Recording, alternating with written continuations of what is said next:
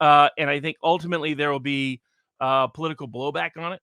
And I think that ultimately it won't prevail in the way they want. But we have to dodge the next 6 months because and I would say particularly the next 3 months. Yeah. Because that's the peak time for a false flag event or a state. I don't think Putin, I'd be curious what you guys think.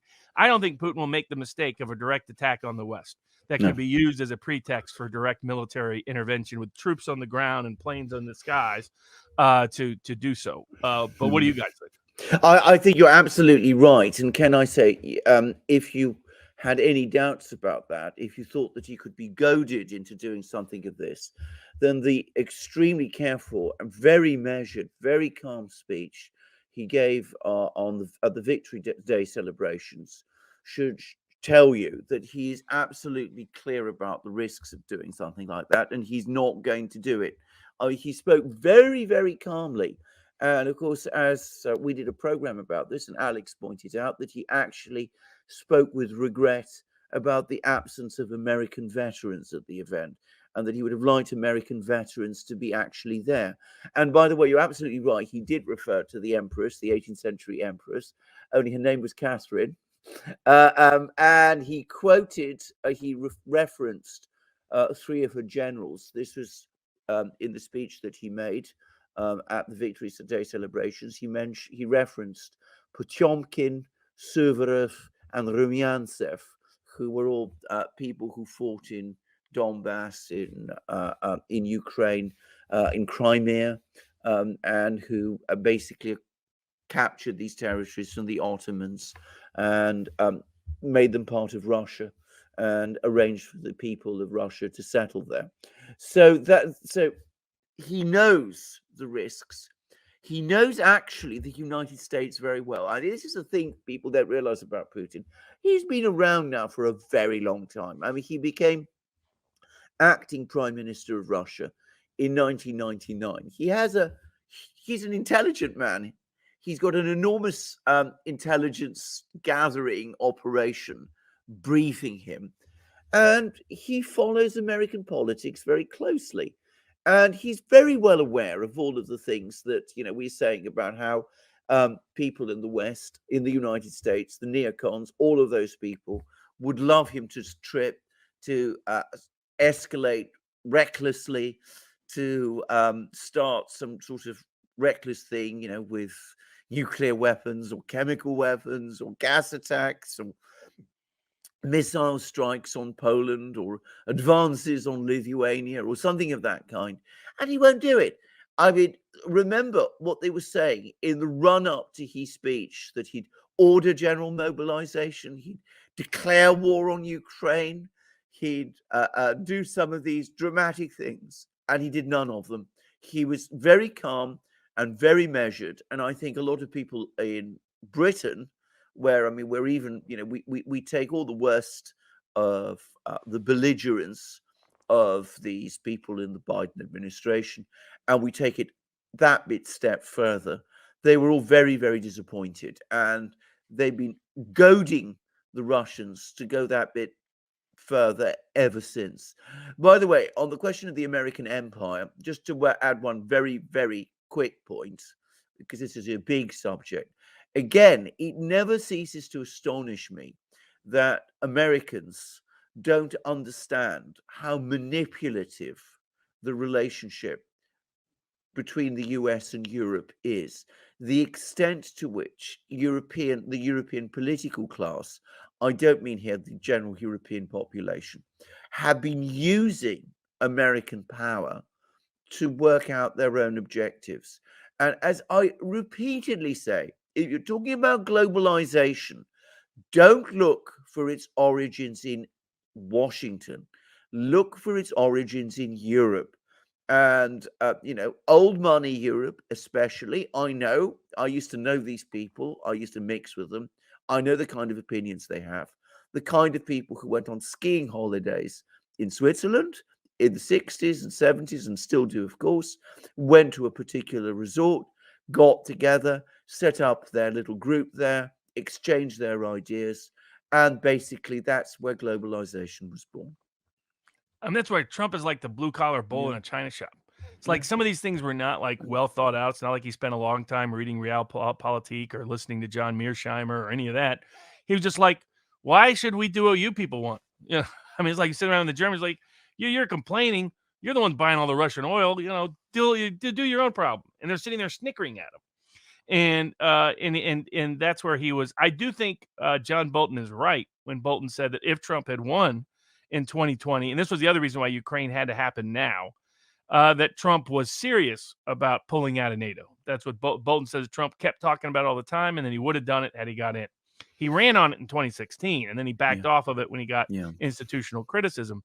But the reality is this. Well, people can watch the interaction and the body language between Trump and Zelensky in the White House, where Trump's like, "I hope you work that out with Putin, buddy." I mean, you could tell that it was not a very favorable or sympathetic one. I mean, to give it a sense of deep state power, Kolomoisky, I may be mispronouncing his name, but the Ukrainian oligarch who also has Israeli citizenship, who helped fund the TV station that funds Zelensky's whole career, helped fund all the neo-Nazi militias, which people find peculiar because he's Jewish. But what they don't understand is, especially in the Russian mindset, Nazi is anti-Russian much more than it's anti-Jewish. Probably because 27 million people in the Soviet Union died during that war, or whatever the number is. Some say 24, 27, whatever. It's still more than the 6 million even people that died in the Holocaust. I mean, so that's why Russians have that mindset that, 1 out of 10 Russians died in a 4-year time period, and 1 out of 2 or 1 out of 3 actually served in the war in one capacity or another, or had the war come to their front door, quite literally. That's why Victory Day I try to explain to people in the States, it was like maybe if you combine July 4th with the Civil War, with World War II, you have a bit of the mindset of what Victory Day means to the Russian people. And it's like I said today, not to insult them, which was, I saw a lot of that out of the West. It was like, I mean, and they put in Times Square, they put up a big sign that said, "This isn't Russian Victory Day, it's Russian Shame Day." It's like that's just a stupid statement. That's just this. That would be like somebody opposing us doing that on our July 4th. I don't know, if you want to enrage us, okay. But there was a dumb message to spread. But that's how dumb these elites are. These cliques of power who want to be invited to the next Bilderberg, want to be invited to the next Bohemian Grove, want to be invited to the right charity ball for whatever the cause of the day is. All of that sort of mindset mentality is sort of widely and wildly afoot. And I agree that that's the clique that sort of dictates and determines and shapes power on the foreign policy arena, but it's not something the ordinary American individual has any interest in. It's just there's a gap between representational power and political will because the sort of deep state apparatus has co-opted so much of this representative class with their control over donors, their control over the media. Also, it's their payoff, right? Like you look at Zelensky, at this point, it's obvious he could care less about Ukraine. Nobody sensible that cared about his own people would be not even at the negotiations table. And instead issuing childish, it's like the character from Monty Python, right? With his arms cut off and his legs cut off. And he's like, it's only a scratch. Come on. That's what Ukraine sounds like. That's what Zelensky said. He's like, oh, we're going to take back Crimea. Russia's going to surrender everything. That's the only unconditional Russian surrender. That's the only option.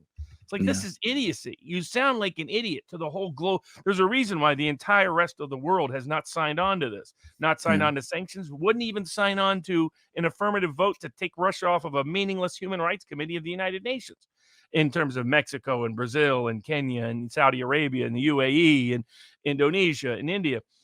It's because of this. And so, and there's talk here. The other irony is twofold to transition to a couple other topics. One is you saw these people with Ukrainian flags in their little bios on social media saying that, hey, Solomon Islands, that's not acceptable. China can't be there. And it's like, hold on, these are the same people that are saying Russia can't protect itself against any risk in Ukraine, but somehow the United States is supposed to get involved in the Solomon Islands next to China. The escalation with Taiwan, as you guys mentioned. Why we took that off the State Department. They know how sensitive this issue is to China. So to make the change on something we've had about, that Taiwan is part of China, and we've had that there as part of our agreement going all the way back when we decided to recognize it. And compliments to the commenters at the duran.locals.com. One point they made was that their belief was that China would be as sensitive as Russia is to any invasion in Taiwan, that they see it as other Chinese people. It was a reminder that in the States, we have a frozen view of Taiwan, that essentially Taiwan was just where the nationalists left China and they took over, and we recognize them as kind of a joke. I mean, it's not as bad as that fake president we recognize from Venezuela, but pretending that Taiwan was governing all of China for like a decade plus, and even had the UN seat, in retrospect, really looks kind of embarrassing. But putting that aside, in our mindset, it's the last anti-communist. It's that's who's there. They're deeply anti-China, and that they need the U.S. to protect them from the big bully of China. What's missing from that narrative is that 6 of the 8 million people who lived in Taiwan at the time didn't come over from the nationalists. They were Chinese living on the island. That Taiwan had to impose a dictatorship for decades because they didn't have popular support on the island. And that as recently as 2014, there was at least some movement towards a treaty agreement that would have made a one China, two systems agreement go in force in Taiwan. Now, then there was I think it was called the Sunflower Revolt, all that. And at least in the elections of late, the independent side, the more independent side has won by 15 to 20 points in the presidential elections. And I think some people who say that, the Taiwanese army would just drop their arms the moment China arrives are not accurate. But if they're accurate, that China would be as careful with limiting civilian casualties and collateral damage as Russia has tried to be in Ukraine, then frankly, there's almost no way for China to win that war. You're talking about an island country with mountains that's got half the population of Ukraine or a little more, but in a much more compact, urban, dense location.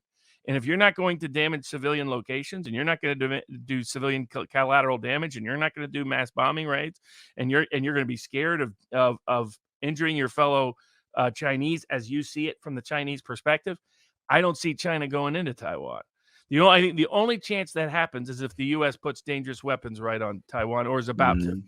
And unfortunately, we're talking about trying to do that. But I don't think Taiwan's dumb enough to take the bait on that. Even though it's a woke independence movement. It's like it's very youth-oriented, like their commissioner of something another is man, woman, it's one of those situations.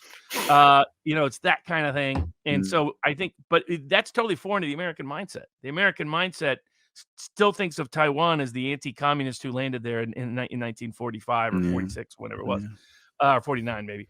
But that's how the popular perception is within at least the political right in the United States. They don't understand this other context. Now, I'm sure the State Department people do and other people do, but why the Biden administration, knowing that this is a real sensitive topic, and it goes to a point you made earlier, Alexander, at the time, that the complaint that China has is that Biden says one thing and his administration does exactly the opposite.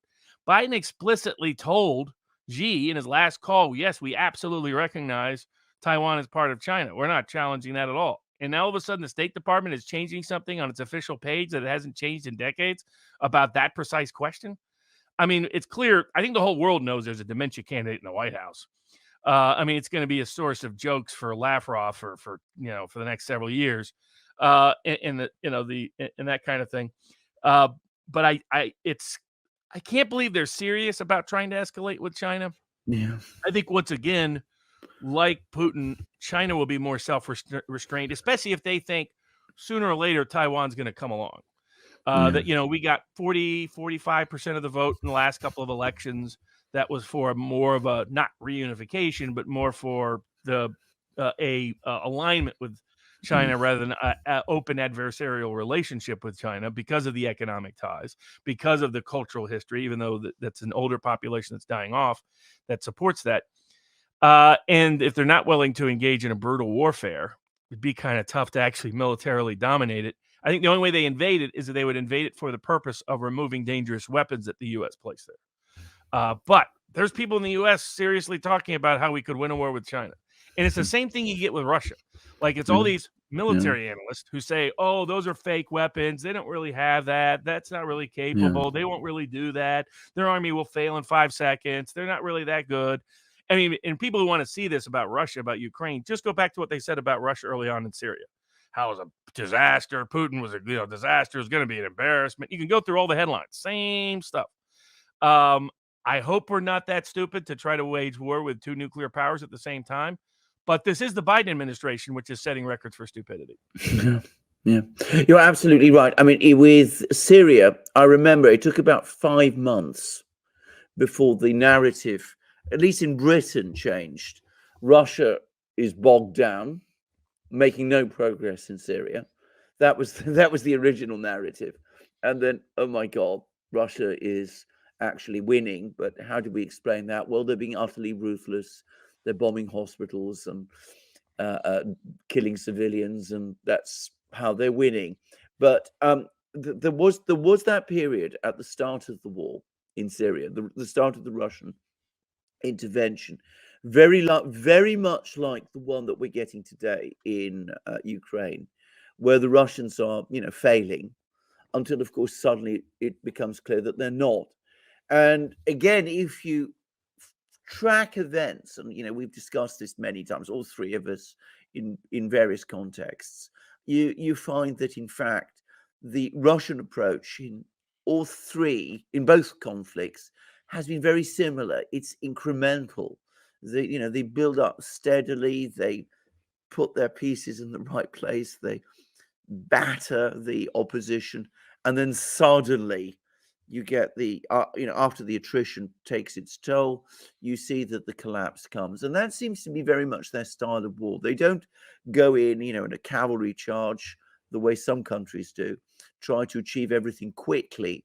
And I think probably that's not their way of, the way they do things, because I suspect their experience probably is that if you try and do things fast, you might achieve quick results at the beginning, but you don't achieve that total victory, which is what you aim for. Anyway, that's just a In observation. other words, you end up like the U.S. in North Korea or Afghanistan or Iraq 1 or Iraq 2 or Syria, Libya.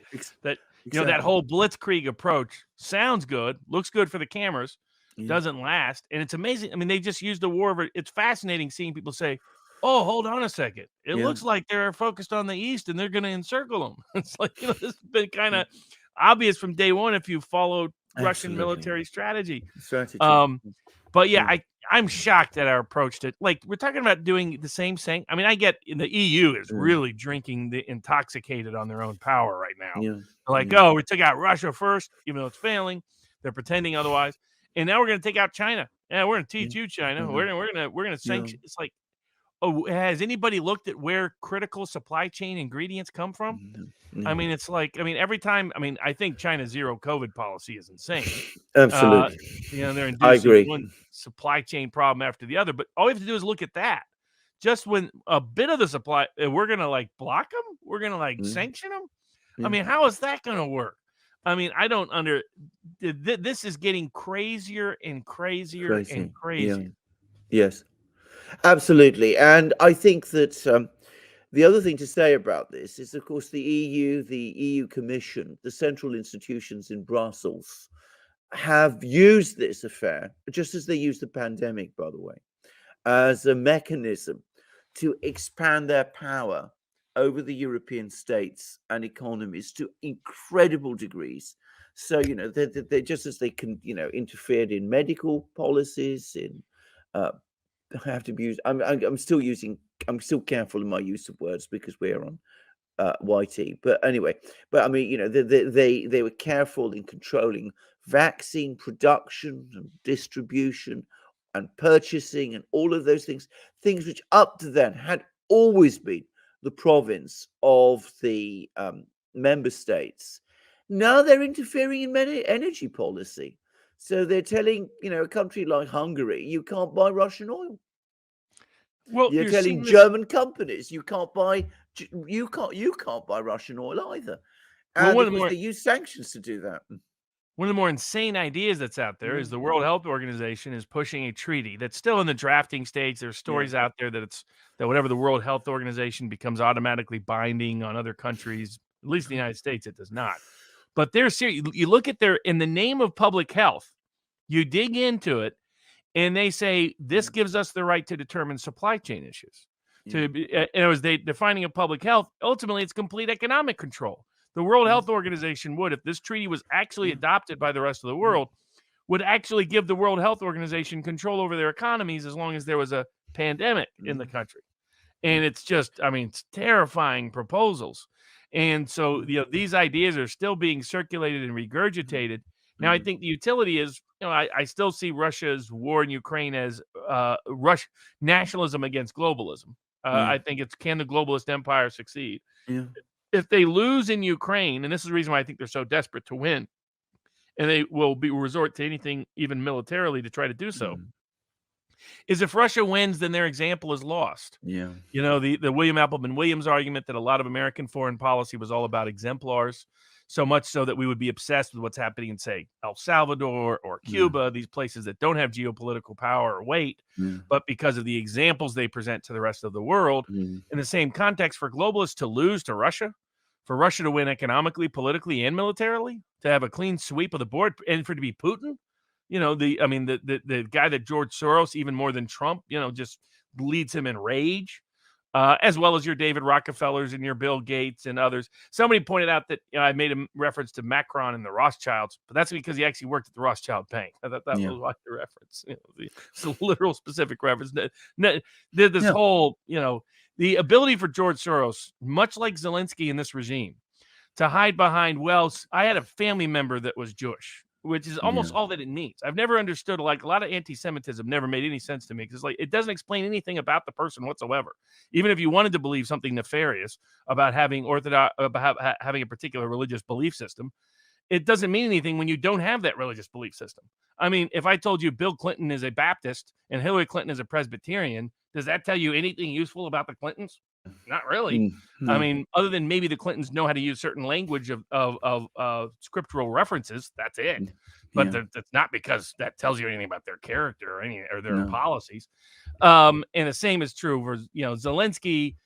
It's not like he's going to Orthodox Jewish services. I mean, Zelensky's there to serve the Western purposes. You look at his stuff that's coming out that was before he got elected. He didn't care about any of this stuff. He's not only does he not care about Ukraine, he doesn't care about the Azov battalion. He doesn't care about either one. He just wants to get paid. And if you look at what happened, going back to Kolomoisky, he helps him get elected. Helps build his public image for 5 years, being the fake president. He as the Panama Papers revealed, he helped fund him to hundreds of millions of dollars in offshore shell entities that probably weren't paying Ukrainian taxes, and other things, and gets him in. And not long after he gets in, I believe he believed that Zelensky would then deliver on returning and restoring his control of the Privat Bank, which he'd stolen billions from, which Poroshenko in 2016, 2017 had cut him off from because of how bad he was stealing. But then you look at what happens. Ultimately, Zelensky doesn't do that. He tries to actually do a peace deal. And if you look at what's happening at the same time, whenever Zelensky was talking nice to Trump on that first call that led to Trump's impeachment, when you look at what him trying to go to Eastern Ukraine and talk about maybe getting a peace deal done like he talked about, and he gets blowback from the Azov battalion guys right there on the ground. When Kolomoisky was expecting to get rewarded for his 5 years of investment in Zelensky's presidential efforts, all of a sudden it starts to recede. First, you start to see Western media hit pieces. If you go back and look at when there was honest coverage, the last time there was honest coverage about the Azov battalion, a lot of it's 2019, and it's not by coincidence. Congress puts in a bill to limit funding directly to the Azov battalion. Right? The idea that these are neo-Nazis is extremely well established. Not some made up Russian propaganda from RT last week, or for the Victory Day speech. But you look at what was happening. People weren't tracking what was happening to Kolomoisky, and it shows how the deep state operates. Kolomoisky clearly was not playing ball. He wanted to do his own thing, and he thought, hey, I just elected a president. It's my turn to run the show. I helped fund a lot of these neo-Nazi Azov battalion guys back in 14 and 15. It's time for me to get rewarded. And he doesn't understand, in the deep state apparatus, you're always the servant. You're never the master. And all of a sudden here in the United States, if you were tracking Justice Department stuff, which I tend to do because I do a lot of criminal defense work, but also to see what's happening politically behind the scenes, all of a sudden, Kolomoisky's reported to be under criminal investigation. They start seizing a bunch of his U.S. assets. They bring 4 forfeiture actions in 4 different parts of the United States. And what it was a message to, not only it was to tell Kolomoisky, back off, sit down, we run the show, you don't. It was also a message to Zelensky. You're not going to do a peace deal. You're not going to reward your oligarch. You're going to do what we tell you to do. We control your political future. We control your financial future. Yeah. We control whether you live or die next week. And that message was delivered. And if you watch Zelensky, it's from that point that those things happen over a 6-9 month time period. That's when he shifts all of a sudden his rhetoric. And as soon as Trump is out, because the message was clear, don't be too public while Trump is here, because Trump isn't on board with any of this. As soon as Trump was out, that's when all of a sudden Zelensky's back on stage now doing a deep state dance he wasn't doing before. And the history of, and Kolomoisky just stays low. There's rumors and stories he's been indicted here in the United States, but it was a political indictment. It was there as leverage. He just, he's hanging out in the French Riviera, with the yachts and the rest. He's got Israeli citizenship, so anytime he needs to go and avoid extradition, he can. But that was it showed how much control they had. They took him out of being a major power player in Ukraine just to make a point to Zelensky and everybody else, all the other oligarchs in Ukraine that are profiting and grifting off the Ukrainian regime.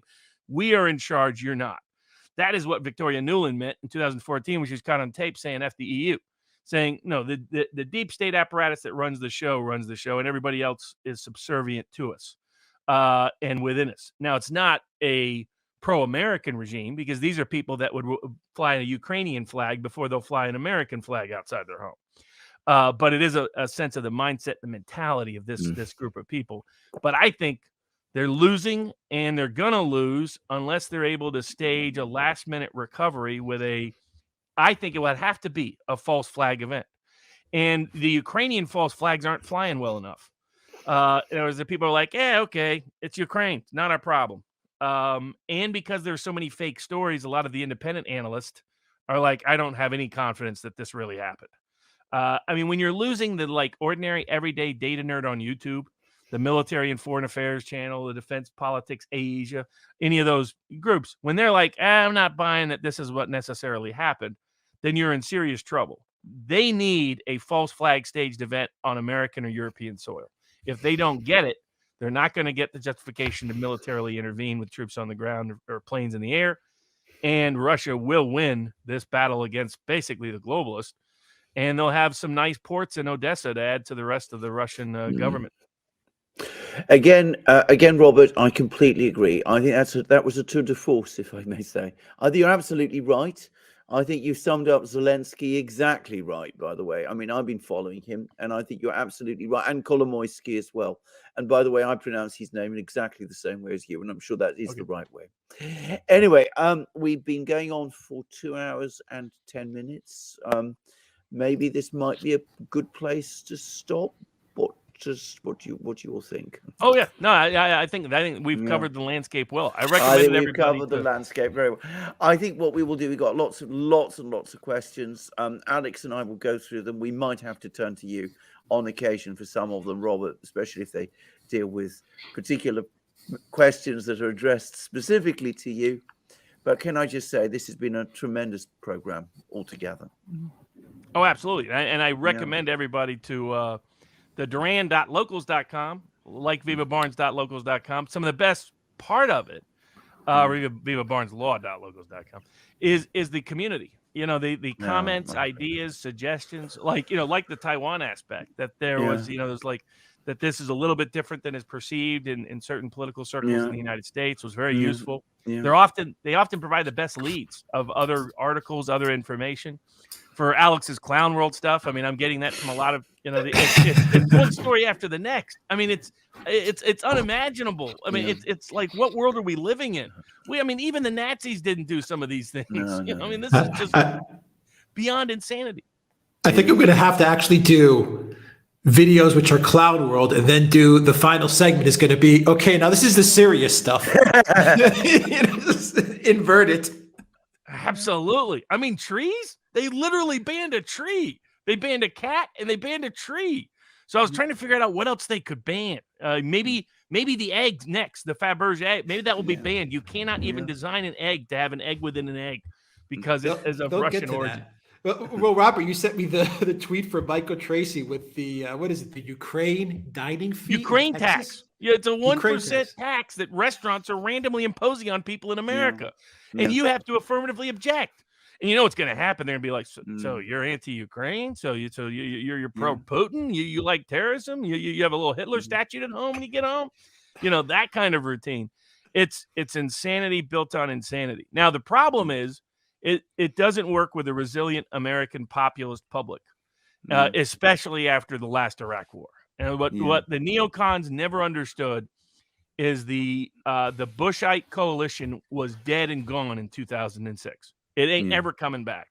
That, McCain and Romney losing, even to an relatively policy unpopular, never personally unpopular, but policy unpopular Obama, should have been a warning sign to him, but it wasn't. That's why they were shocked by Trump's rise. That's why they were shocked by J.D. Vance's win. That's why they'll continue to be shocked. But that's why I tell people, listen to what Alex Jones says on these kind of topics. So whatever you think of him, even if you dislike him or hate him, if you want to know where the populist zeitgeist is and where it's headed, Alex Jones is the best predictor in the business. There's a reason why when they did a poll 4 or 5 years ago of media personalities, they looked at who had the strongest fan base, who had a very favorable rating. Alex Jones had a very favorable rating of with more than 30 million Americans. He was the number one independent media person who had that intensity of fan support. The snobs in the conservative political establishment pretend he doesn't exist. They don't realize his voice matters a lot more than Sean Hannity's voice. Yeah. I'll agree with that. I will definitely agree with that. Yeah. Fantastic show. Robert, you are without a doubt a treasure of information. I really, I'm not joking. I really enjoyed this show a lot. Yeah. Alexander? This is fantastic. I thought so. I thought it was one of I thought it was a vintage one. We Treasure covered of so much information ground. and of analysis. Absolutely. And I really, really hope, Robert, that your one prediction about a false flag does not come true. Oh, yes. I hope on that prediction that you are wrong. Yeah. Agreed. I mean, and I've been trying to figure out how they would do it. And I haven't figured it out. It's like, how do you get it something that looks like a Russian attack on, maybe something over Poland. I could see kind of that maybe somehow. The Polish are happy to accommodate. That's clear. How would they do it though? How? Yeah, I don't know. They're definitely not on U.S. soil. What, are they going to try to do something in Alaska? But trying to figure out, there's not a lot of places. Maybe a fake U.S. submarine, probably maybe a fake submarine attack. If I were to do it, that's where I'd do it. And I'd hit some conservative town. Could you say something like what they're trying to do with Moldova, where you're getting these conflicting reports where they're trying to present that. Yeah, Moldova's saying it's the Russians that shelled, and the Russians are saying it's the Ukraine. I mean, they thought that suburb story would work in the States. Yeah. Nobody cared at the end of the day. That's their problem. Though, and you look at least America's history, I don't know of it other than the first Iraq War is probably the only example. Even Panama we pitched as Noriega's dumping drugs into America. The first Iraq War is the only one really since in the whole history of American foreign interventionism, direct overt military intervention. I recognize a lot of coups and whatnot, but I'm talking about the direct military troops on the ground, which is what they need because Ukraine needs U.S. Air Force in the air. And they need U.S. soldiers on the ground. They need trained soldiers that know how to use a lot of these weapons. Right there, they need Normandy style kind of landings and activities there. Now it'd probably come through Poland, but that would be otherwise they're going to lose in 60 days. Well, put it this way, they may not be officially over. It'll be all but officially over in 60 days, given how things are proceeding in the East.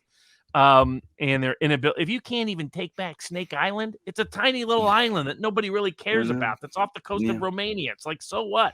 Russians only originally took it just to not have the Ukrainians interfere with their naval operations. But they didn't even set up anything that could reach Odessa in terms of artillery on the island. And yet they lose what? It was at 8-10. According to the Russian Ministry of Defense, they lost a bunch of aircraft, lost 14, a bunch of drones, lost 14. Some planes, lost a bunch of soldiers.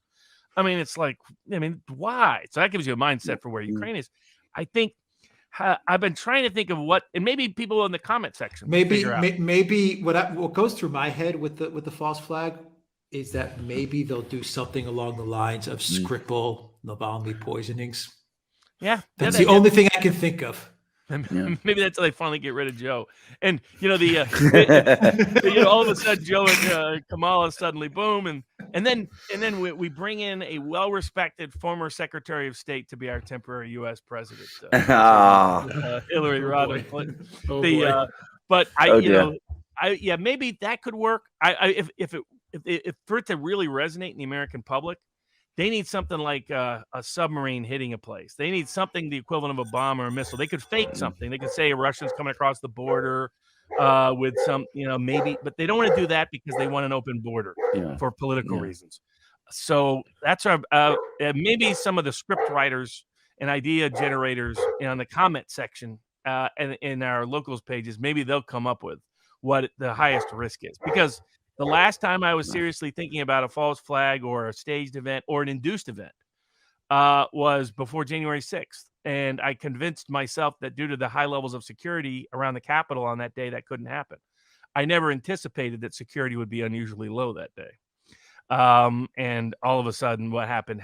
And they've been using that to script a narrative in the US ever since.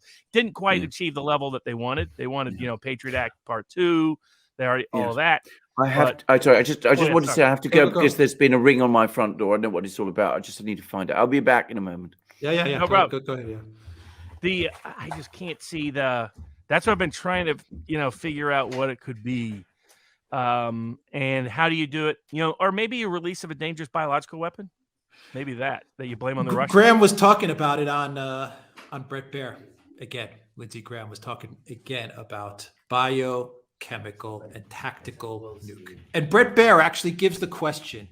So Bret Baier asks Lindsey Graham, when is Russia going to take action against Poland and Moldova? And I'm just sitting there going, why is Russia going to take action against Poland or Moldova? I'm just writing the script. It doesn't make any I think all that, what made me nervous when they kept saying Russia's going to declare war on May 9th, I was like, if we apply that confession through projection filter, it means they're trying to come up with an excuse for us to declare war against Russia formally. Yeah. And it's been that confession through projection filter has been highly predictive, frighteningly. I was like, if Ukraine says, here's the Russian casualties, it ends up looking a lot like what people estimate the Ukrainian casualties to be. Yeah. I mean, it's parallel at so many levels. Yes. And so my concern, I don't think they can stage a false flag event inside. Maybe they would do it. Hungary wouldn't work, but I think that, it appears to have been a Ukrainian rather than a Polish person who dumped that, whatever that was, on the Russian ambassador, all the red paint or whatnot. Yeah. That's what they're saying. Yeah, that's what they're saying. So that wouldn't surprise me, but you can't really use a Ukrainian refugee to pull off. I've tried to figure out where it's got to be in continental Europe, at least. Yeah. They would really like it to be in the United States. And it needs to, if you look at the Maine and the other examples, I don't think they could pull another Gulf of Tonkin incubator baby story. I don't think that would work. No. I think they need some real dead people. Yeah. And so the question is what that would look. Maybe a sub attack that almost missed, or officially missed, that kind of routine, and pretend it's a Russian sub. That would be a potential, because there's plenty of Russian subs off our coast. Maybe a biological. You're right. They've mostly talked about biological weapons. So that would suggest the actual use of it. But for it to be politically effective enough to try to generate enough short-term support to have military intervention, it honestly needs to be on American soil in all likelihood, or at least 2 Americans. So it could be Americans in another location, maybe in Europe or elsewhere. And but that's the risk. That's the. Now I know people say whether a full NATO war against Russia, who would win. Obviously it depends on no nuclear weapons being used. Because that's the ultimate game changer. I understand the Russian fans think that the U.S. and NATO wouldn't win. Put it this way, I don't think Putin wants to find out. No, exactly. Yeah. I don't think any of us want to find out. No, I think that's exactly right. I think I agree. We all need to stay away from that happening. That's my opinion on that. Alexander, you're battling a cold. Just a cold. I'm battling a cold. It's just a cold, everybody. And yeah, absolutely. It's just a cold, guys. Yeah, absolutely. Yeah. All right. Let's end it there. Robert, once again, where can people find you? And I will put the link in the description box down below. At vivabarneslaw.locals.com. That's where you can get all the content and contribute your own. Definitely plug into Robert's local community, and along with Viva, they are fantastic. Thank you to our moderators. I saw Valley S there. I saw Alan. I saw Reckless Abandon as well.